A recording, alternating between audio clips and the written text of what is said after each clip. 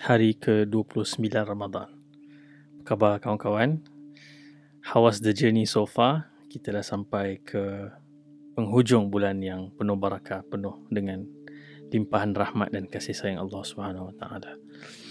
Dan ramai sebenarnya daripada kalangan kita, termasuk saya, yang rasa Ramadan tahun ini agak tidak begitu membanggakan. Rasa lost sikit, rasa serabut, rasa tak ada spark yang cukup.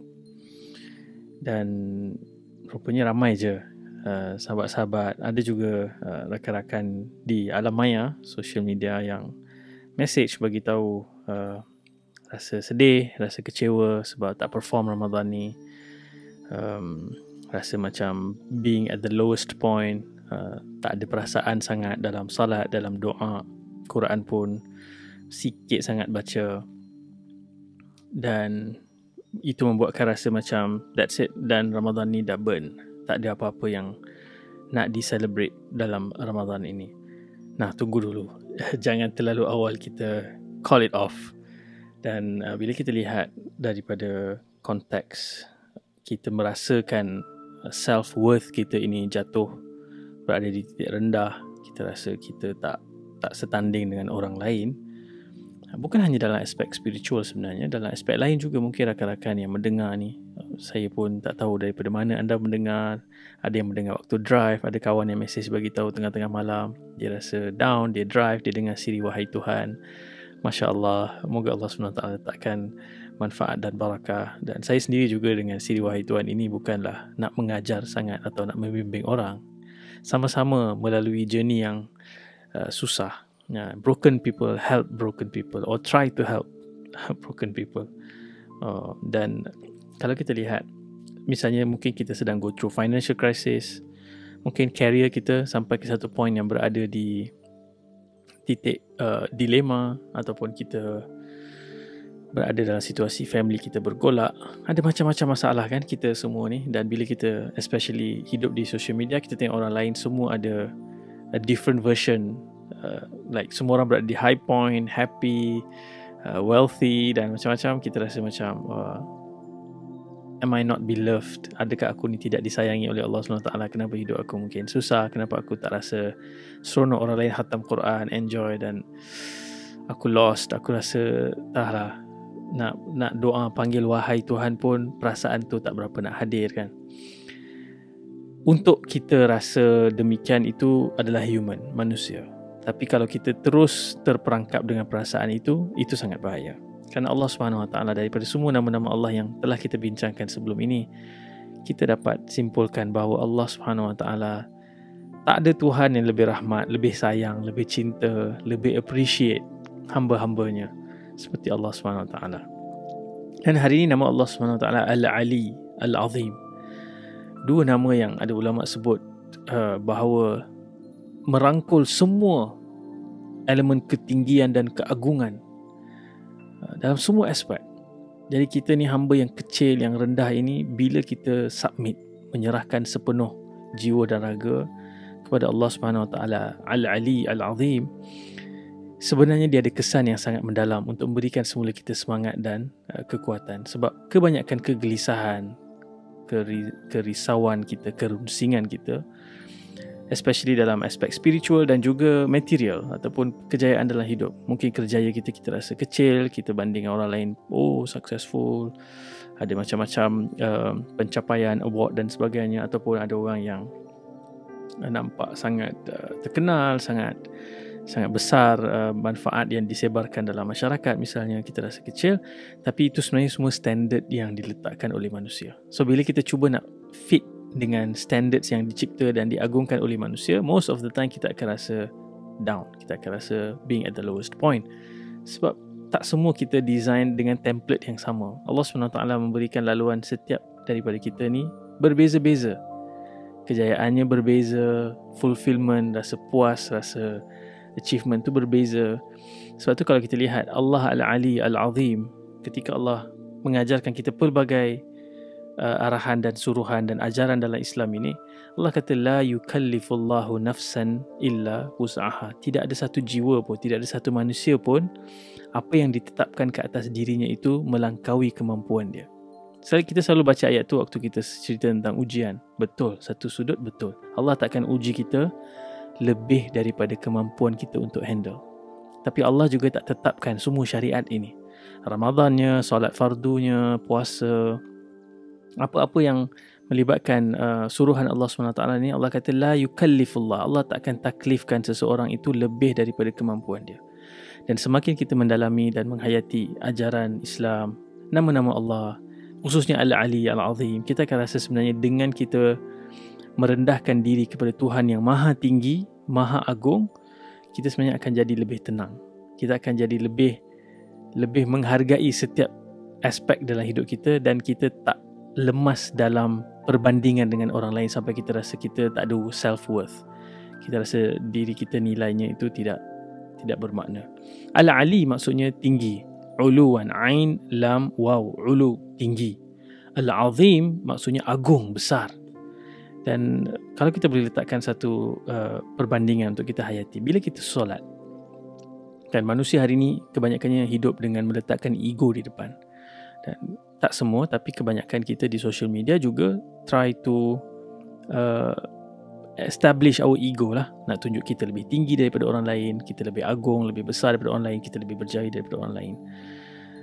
Tapi bila kita salat, setiap waktu, setiap rakaat tu kita rukuk dan kita sujud, kalau kita hayati apakah bacaan yang kita baca waktu kita rukuk dan kita sujud ni, secara automatik kita akan rasa latihan salat itu adalah latihan untuk menundukkan diri dan ego kita di hadapan Allah Subhanahu Wa Taala yang maha tinggi, yang maha agung.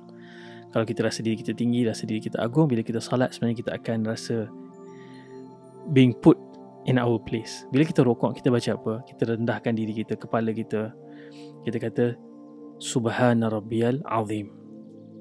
Maha suci Allah yang maha agung. Dan bila kita letakkan diri kita dalam sujud, kepala ni satu perkara yang mulia, yang tinggi. Dan bila kita letakkan kepala kita di point yang paling rendah, lagi rendah pun daripada punggung kita waktu kita salat, waktu kita sujud, kita sebut apa? Subhana Rabbiyal A'la. Maha suci Allah yang maha tinggi. Kita letakkan kepala di tempat yang paling rendah dan kita memanggil Tuhan yang maha tinggi, yang paling tinggi. Dan itu sebenarnya akan melepaskan kita, free us, bagi rasa freedom daripada shackles, belenggu-belenggu standards yang manusia letakkan, yang selalu buat kita rasa down. Standard dari sudut harta, mungkin dari sudut kecantikan, mungkin dari sudut social status, pengaruh dan sebagainya. Ada berapa ramai followers, likes dan sebagainya. Itu benda-benda yang kadang-kadang bila kita semakin matang, kita fikir, ya Allah, benda-benda tu yang aku concern dan risau dan bimbang sampai tak boleh tidur dan sampai tak boleh nak rasa diri ni ada worth. Kan? Semoga Allah SWT bukakan pintu-pintu perspektif ini supaya kita dapat rasa lebih content, lebih puas hati, lebih fulfill dengan being seorang Muslim, dengan menjadi seorang Muslim yang always concern dia yang paling besar adalah untuk patuh kepada Allah yang Al-Ali dan juga Al-Azim. Apa saja standard-standard lain ni, dia tidak begitu penting dan tak menyebabkan kita terlalu gelisah, runsing dan sebagainya.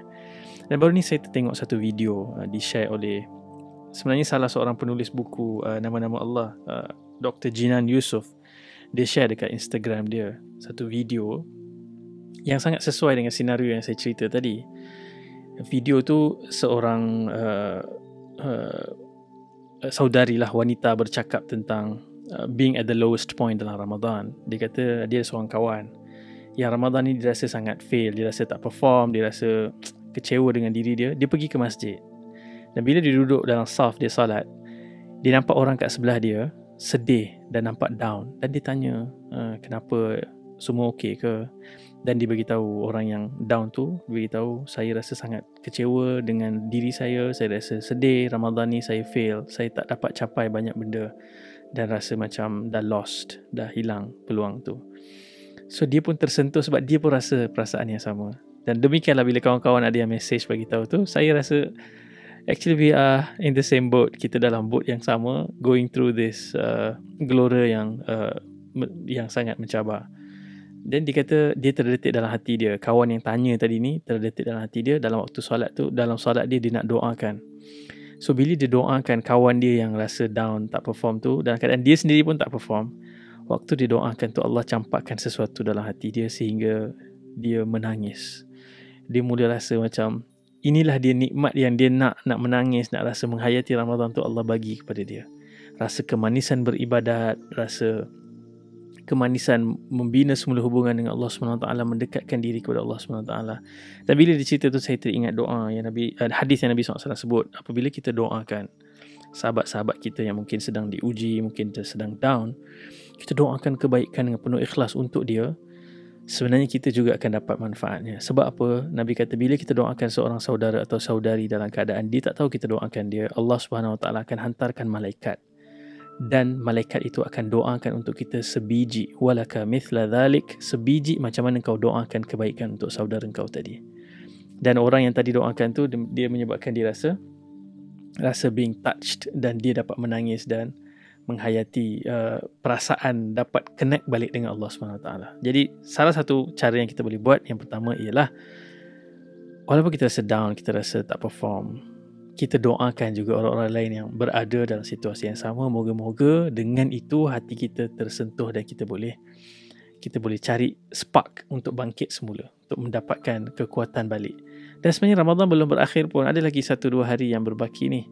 So jangan call it off. Ada lagi peluang. Boleh jadi mungkin tak sempat kita nak kejar Quran, tak sempat kita nak cover balik solat-solat yang mungkin culas. Mungkin Ramadan pun puasa tapi mata, telinga, lidah tak berpuasa.